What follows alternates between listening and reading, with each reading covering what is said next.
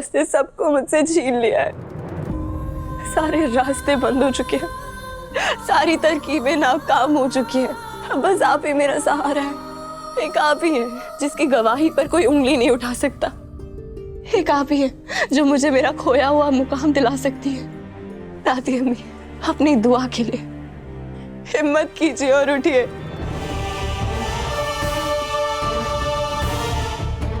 उठिए दादी अम्मी,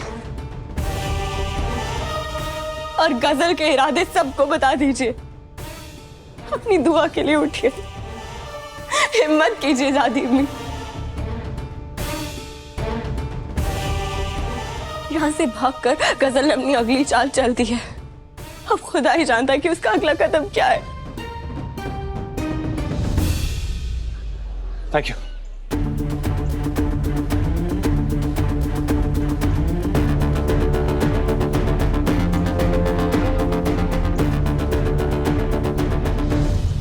उसे रोकना होगा दादी अम्मी। आप उठिए और बता दीजिए सबको कि कौन गलत है, गजल या मैं। सबको बता दीजिए कि गजल ने आपके साथ क्या किया था, और ये भी बता दीजिए कि वो इस घर को बर्बाद करना चाहती है, तबाह करना चाहती है। सबको बता दीजिए। खुदा का वास्ता आपको उठिए।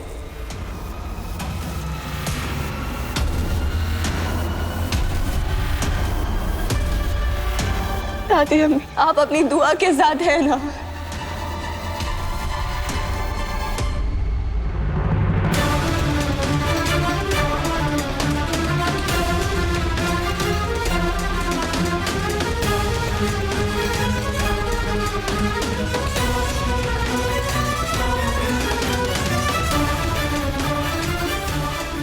कोशिश कीजिए।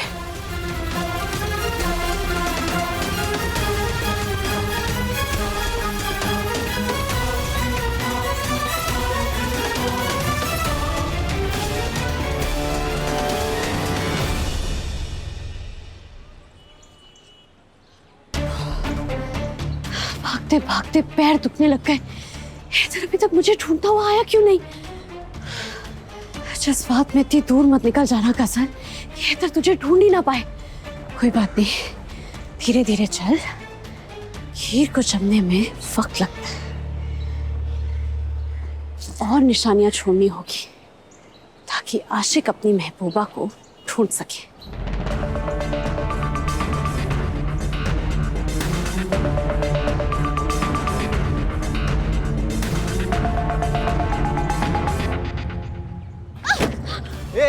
मैडम, अरे अंधी हो क्या? इतनी बड़ी ऑटो दिखाई नहीं देती क्या? क्या रहे हो? अरे मैडम, और वहां कहाँ जा रही हो? लगता है टेंशन में।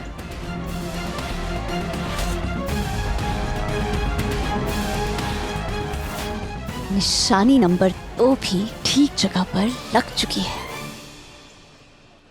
आप ही कहती है ना, उठ, बांध कमर क्यों डरता है, फिर देख खुदा क्या करता है।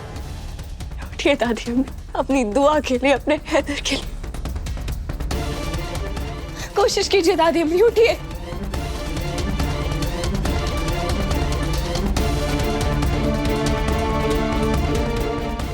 हिम्मत कीजिए, आप उठ सकती है।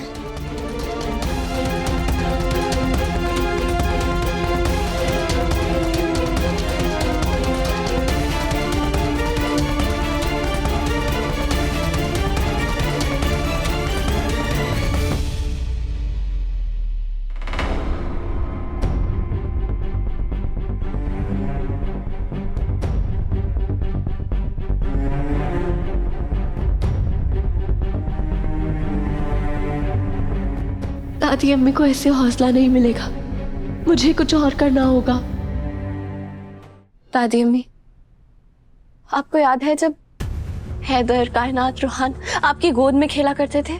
मैंने सुना आप हैदर से सबसे ज्यादा मोहब्बत करती थी। जब भी हैदर घुटनों के बल चल के दूर चले जाते थे तो आप दौड़ के जाती थी और उन्हें गिरने से बचाती थी। आज आपके हैदर को आपकी जरूरत है। हैदर खतरे में है दादी अम्मी। गजल नाम का नापाक साया उन पे मंडरा रहा है। सिर्फ आप ही उन्हें बचा सकती हैं। ये घर डूब रहा है दादी अम्मी, इस घर की नाव डूब रही है। आप ही हैं जो हम सबको बचा सकती हैं।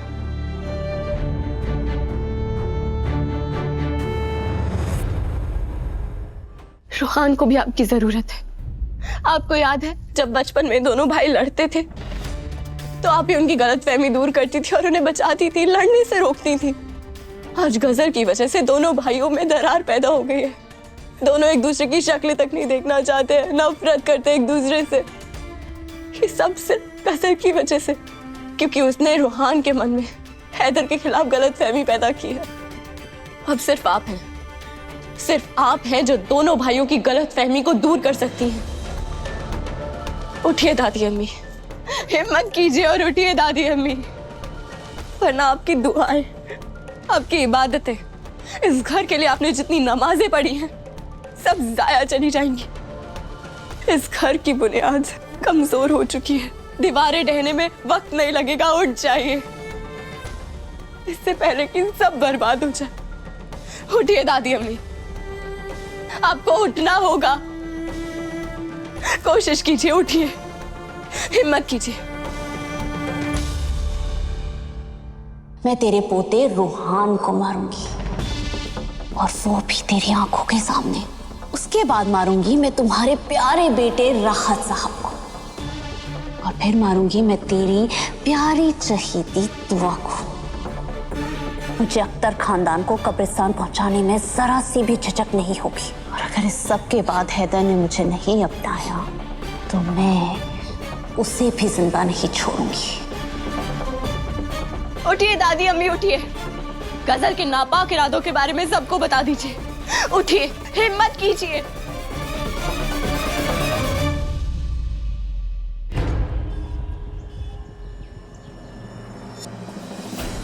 समझ में नहीं आ रहा आखिर गजल गई कहाँ? ये सब्जी वाले ने तो यही कहा था।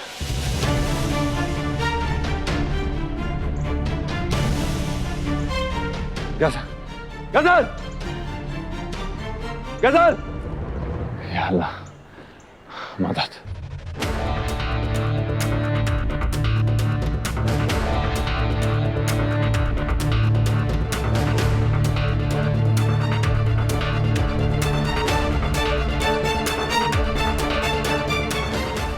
आप उठ सकती है दादी अम्मी।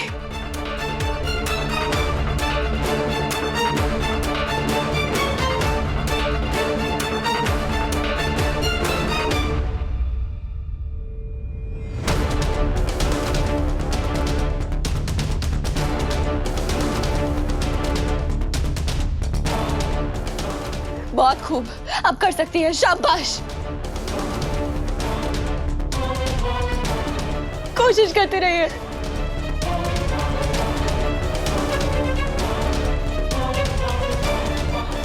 शाबाश दादी अम्मी।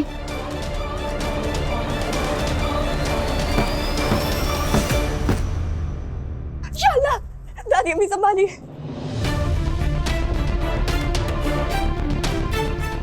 पानी पीजिए, आराम से।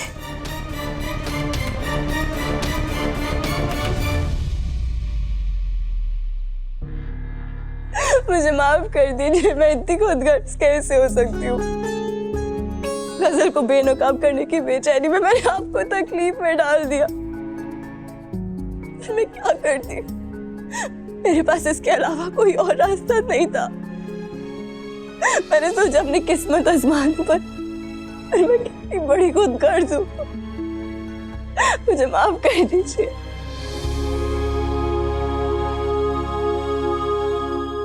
मुझे माफ कर देना दुआ।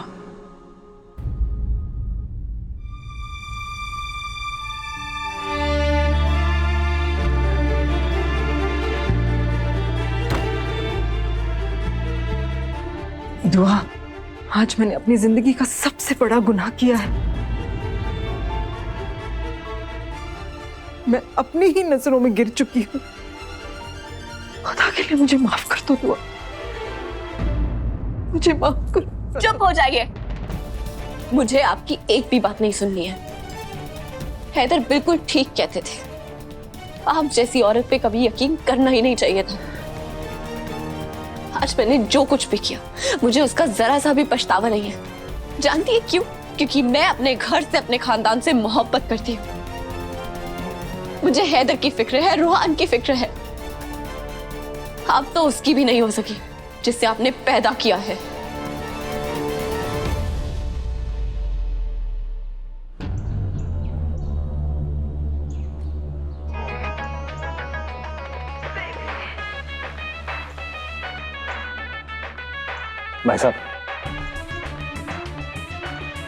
भाई साहब आपने किसी लड़की को यहाँ से जाते हुए देखा? दुल्हन के जोड़े में बड़ी परेशान सी थी वो, घबराई सहमी हुई। अरे यहाँ सब परेशान है साहब, हम किस किस को देखेगा, कोई नहीं आया यहाँ। एक सेकंड, कम से कम ये फोटो तो देख लीजिए। ये शायद ने देखा। अरे जाओ ना साहब, बोला ना कोई नहीं आया।